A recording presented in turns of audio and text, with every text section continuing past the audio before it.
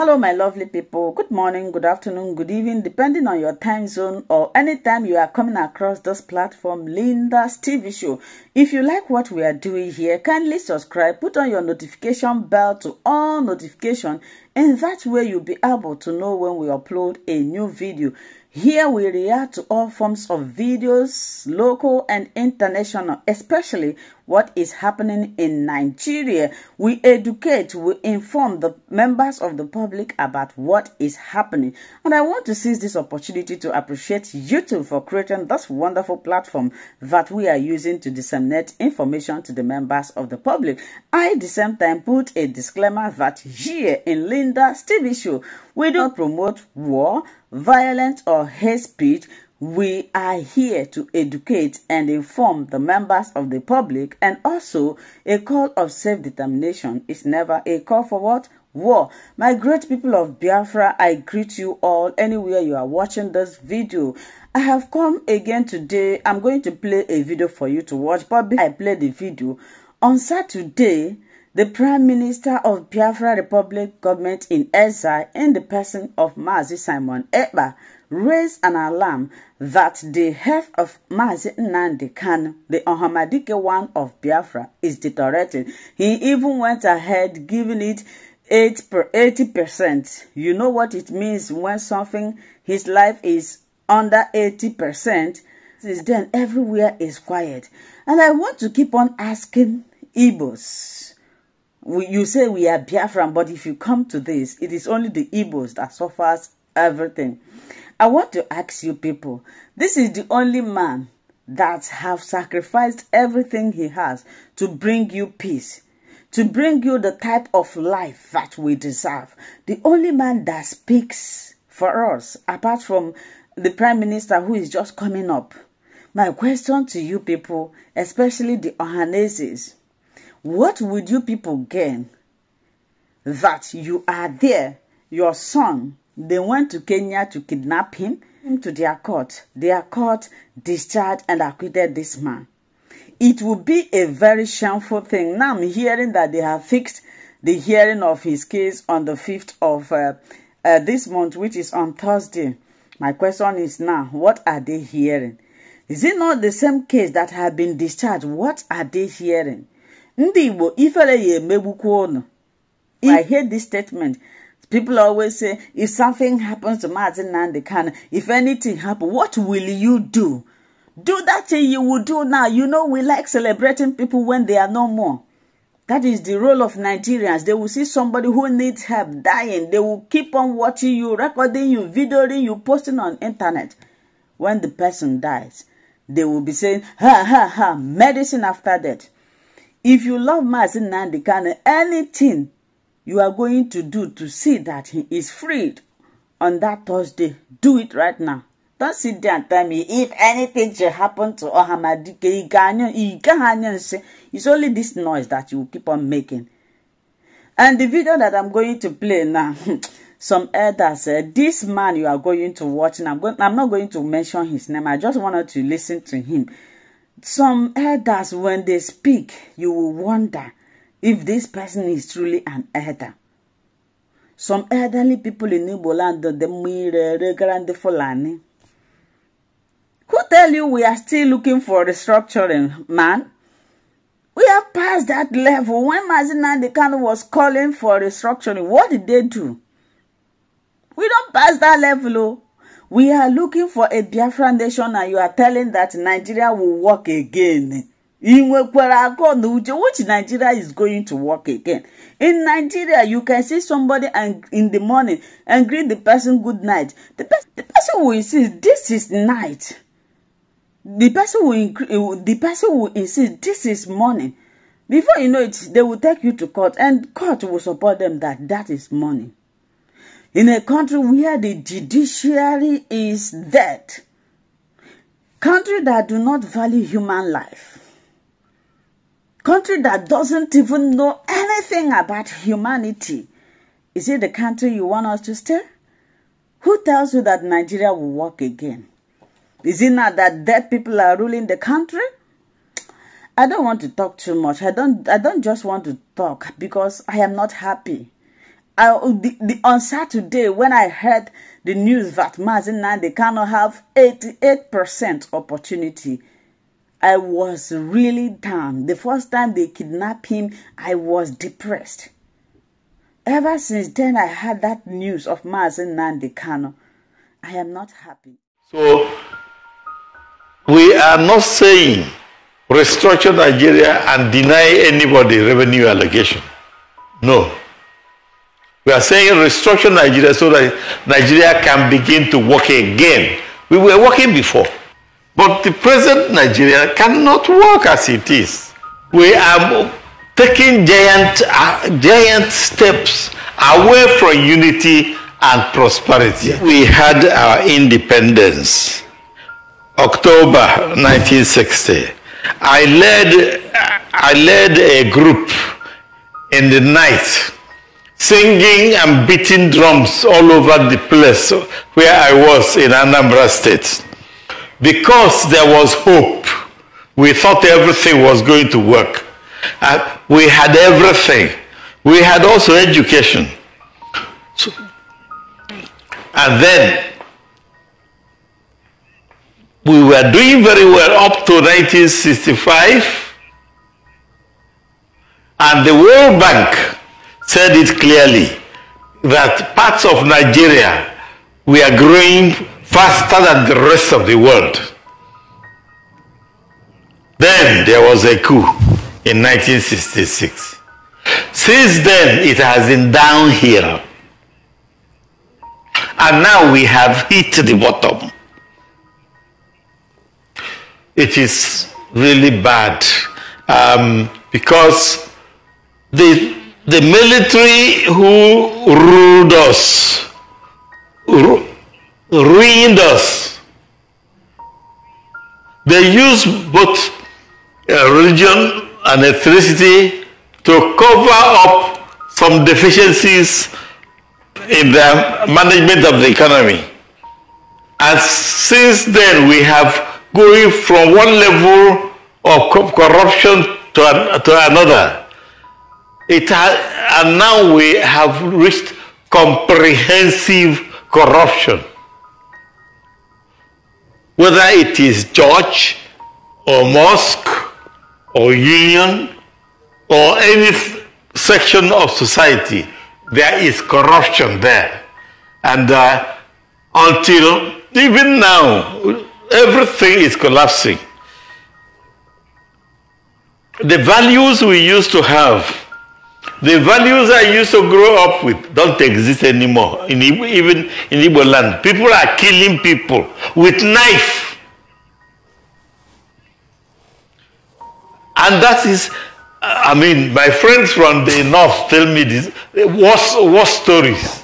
That some bandits take over communities, collecting taxes and doing whatever they like. So, going home for Christmas, whether you are in north or south, now is becoming a problem. So I think we have to go back to the beginning and begin to resuscitate our values. The people who colonized us ruined us also. They are the people. Look at France was taking uranium from Niger at 80 cents per kilogram. While the international market was selling uranium at more than $200. Can you imagine that? Now, also, we made mistakes, but I don't know. First of all, God gave us everything. And as a result, we were lazy. We could go to the bush, collect something and eat, and enjoy our lives. The white man, on the other hand, was suffering from environmental problem. And they kept working hard to survive. And eventually they hit a process of continuous improvement. Then they looked at us and said, are these people human?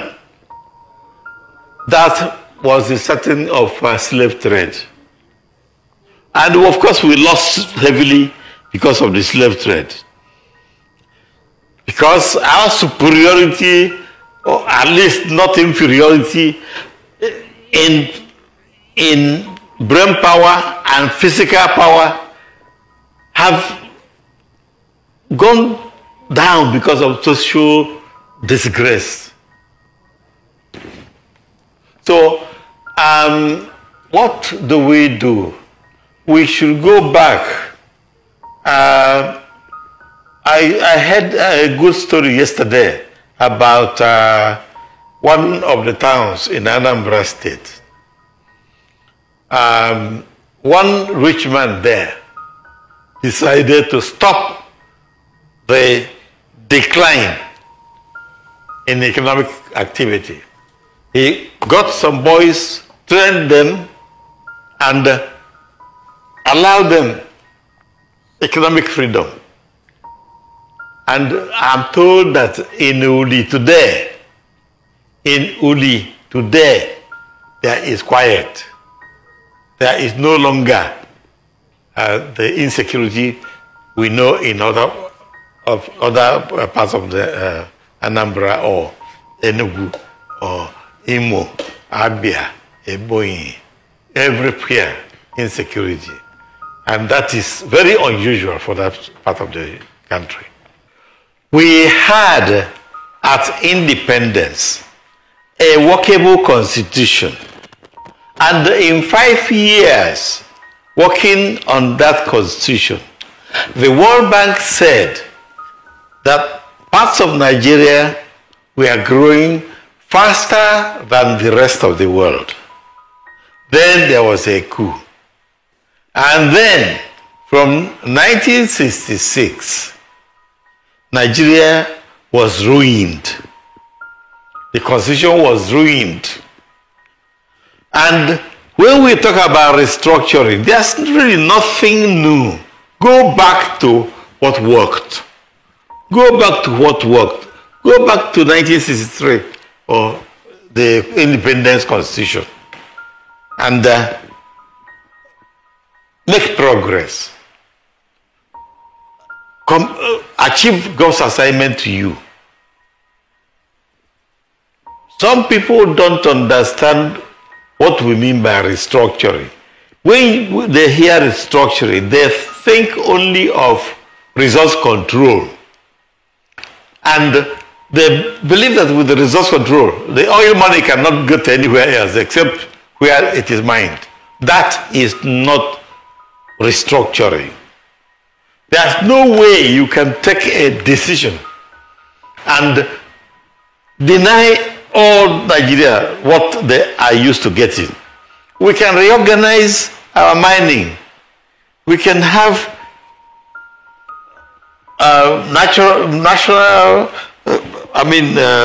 we can make it national, nationalize it. But those in whose land we are getting the product, the crude oil, the gold, the diamond, the californium, the uranium, etc., they will get a percentage of what comes. And then some percentage will go to federal government. And other percentage may even go for saving. So we are not saying restructure Nigeria and deny anybody revenue allocation. No. We are saying restructure Nigeria so that Nigeria can begin to work again. We were working before. So, what's your different question now, please? All right, sir. I was talking about... Can I get the question? Okay, I'll give you the question, sir. I was talking about, well, you've just given us a preamble on the fallout of the Constitution as well, but talking about the theme of this year's celebration, or rather the anniversary, renewed hope for unity and prosperity. I asked, are we at that threshold yet? You know, there's been more rhetorics about, you know, promises being made. Renewed hope. Yes. Renewed hope for unity and prosperity. Yes. Irony, Yoruba will say Iran, Igbo will say Mba. We are taking giant steps away from unity and prosperity. But our God can turn face on us and things can change abruptly. And we now go back to the basics, go back to beginning. Anybody who is deceiving himself are talking about unity and prosperity right now. It's, well, we cannot kill the person. Let him kill himself. But what I'm saying is this. This is the time to go back to basics and begin to bring our values back. Our values also were in the Constitution of Independence. Bringing back the Constitution that works is something we owe ourselves. Some people don't understand. My friends from Fulani, sometimes they don't seem to understand that they are better off in a Nigeria that works than just being on top. Being in a Nigeria that works is good for every group in Nigeria. But the present Nigeria cannot work as it is. Our best man in politics, Sir Adebanjo, has put everything the way it is. He doesn't mince words. He is Mr. Justice. Two of us call ourselves different names. Public enemy number one. But that is the best politician in Nigeria. So let us forget illusion and go back to the teachers in primary school, go back to the pastors in churches, go back to imams in mosques and begin to teach basics again and try to adopt what works. Let meritocracy come back. Not all the way. There may still be making sure that some people are even bad. But let meritocracy come back. If you don't have meritocracy, you're going nowhere. So the country, Nigeria, is bound to rise to the highest level. For many decades, how I end my letter is yours for Nigeria as a superpower.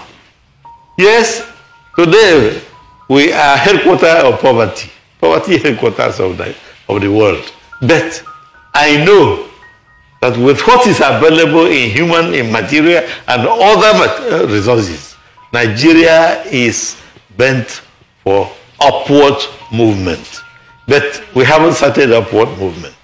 We have just hit the bottom. People, so as we have finished watching this interesting video, please, I want to see your comment, your contribution, your opinion in the comment section. Like I said earlier, let us do it constructively. Tell me what you think about this video that you have just watched, and also about the platform. If you haven't subscribed, what are you waiting for? Please remember to subscribe, put on your notification bell, share this video, and remain blessed.